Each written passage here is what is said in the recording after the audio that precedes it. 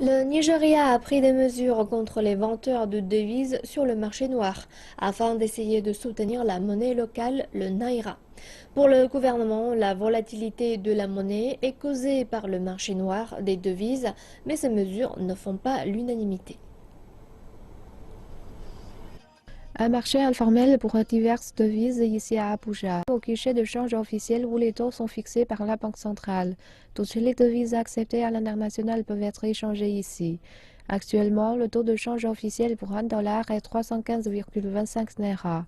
Dans le marché parallèle, ce taux est ramené à 460 naira. Le gouvernement souhaite que les vendeurs fixent leur taux à 380 naira pour un dollar. Il a demandé au département de la sécurité d'État si le marché informel se conforme à ce taux. Les précédentes tentatives contre ces agents de change n'ont pas été un succès.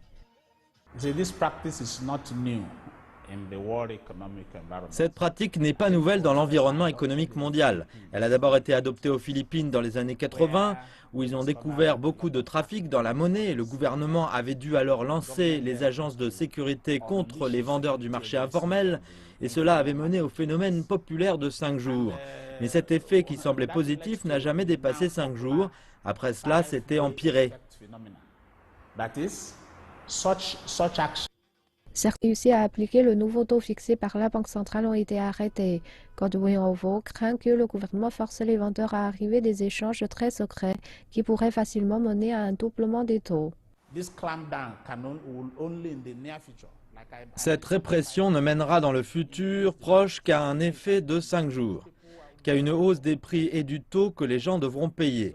Donc je ne pense pas qu'au-delà du phénomène de 5 jours que j'ai mentionné plus tôt, on arrivera au mieux à un taux plus élevé.